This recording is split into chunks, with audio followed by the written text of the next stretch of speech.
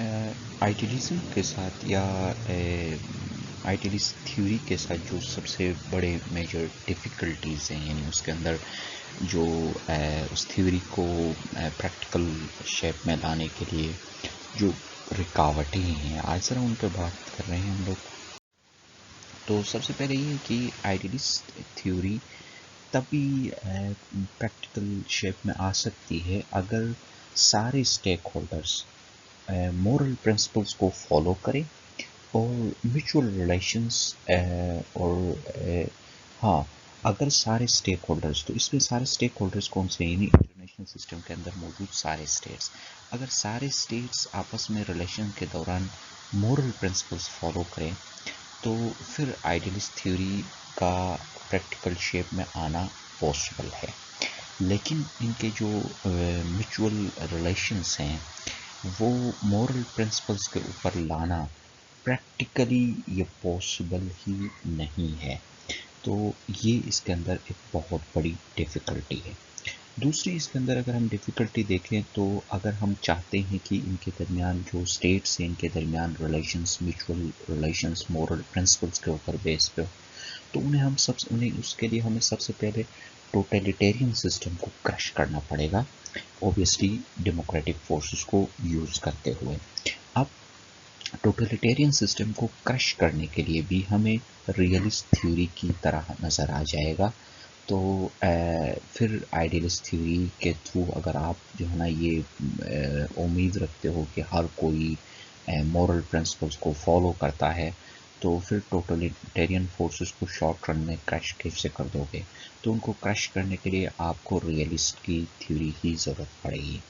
اور پھر idealist theory تبھی ہی کامیاب چل سکتی ہے اگر ہمارے پاس کوئی ورلڈ گورنمنٹ موجود ہو، اور ایک ایسی ورلڈ گورنمنٹ، ورلڈ پولیسنگ موجود ہو جو پوری دنیا کو باؤنڈ کرے کہ وہ میوچل کوپریشن کے تحت کام کرے.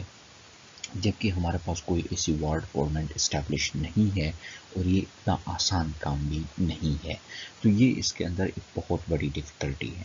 دوسرا اس کے بعد پھر یہ ہے کہ جو نیشنز ہیں وہ ایز ایکسپیکٹڈ بیہیو نہیں کرتے ہیں.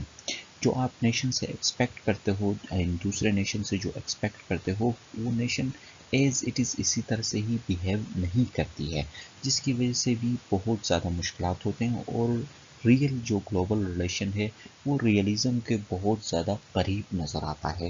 اس کی وجہ یہ ہے کہ اسٹیٹ سے آپ جو ایکسپیکٹ کرتے ہو اسٹیٹ اسی طرح سے بیہیو نہیں کرتی ہے.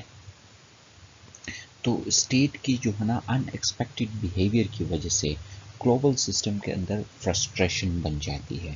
اگر آپ آئیڈیلسٹ سوچو گے تو آپ کا ساتھ والا جو اسٹیٹ ہے وہ تو آئیڈیلسٹ نہیں سوچتے ہیں، تو وہاں سے جو ہے نا ایک فرسٹریشن پیدا ہوگا.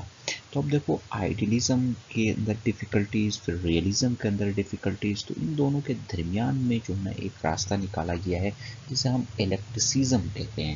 الیکٹسزم دراصل آئیڈیلزم اور ریئلزم کے درمیان سے ایک مڈل راستہ ہے. اس کی الیکٹسزم میرے خیال میں زیادہ بہتر رہے گا. اس کی وجہ یہ ہے کہ نہ تو گلوبل ریلیشن ریئلسٹ بیس پہ چل سکتے ہیں نہ تو آئیڈیلسٹ بیس پہ، بلکہ ریئلسٹ اور آئیڈیلسٹ دونوں کے بیس پہ چل سکتے ہیں. آپ جو ہے نا ایک برائٹ فیوچر کے خاطر جو شارٹ رن کے اندر ریئلسٹ کی پیسمیزم ہے، جو ان کی اسکیپٹیکل طریقہ ہے، اس کو آپ اگنور نہیں کر سکتے. اور نہیں پھر جو ہے نا شارٹ رن میں بہتری لانے کے خاطر لانگ رن میں جو آئیڈیلسٹ کی ایک آئیڈیل سسٹم کریٹ کرنے کے لیے آپٹیمزم ہے، نہ آپ اس کو اگنور کر سکتے ہو. تو اب کیا ہوگا کہ ریئلسٹ کی پیسمیزم اور آئیڈیلسٹ کی آپٹیمزم کو کمبائن کر کے ایک سنتھیٹک سسٹم بنے گی، الیکٹسزم. And that will be I think the most suitable international system. Thank you for joining. Take care. Bye.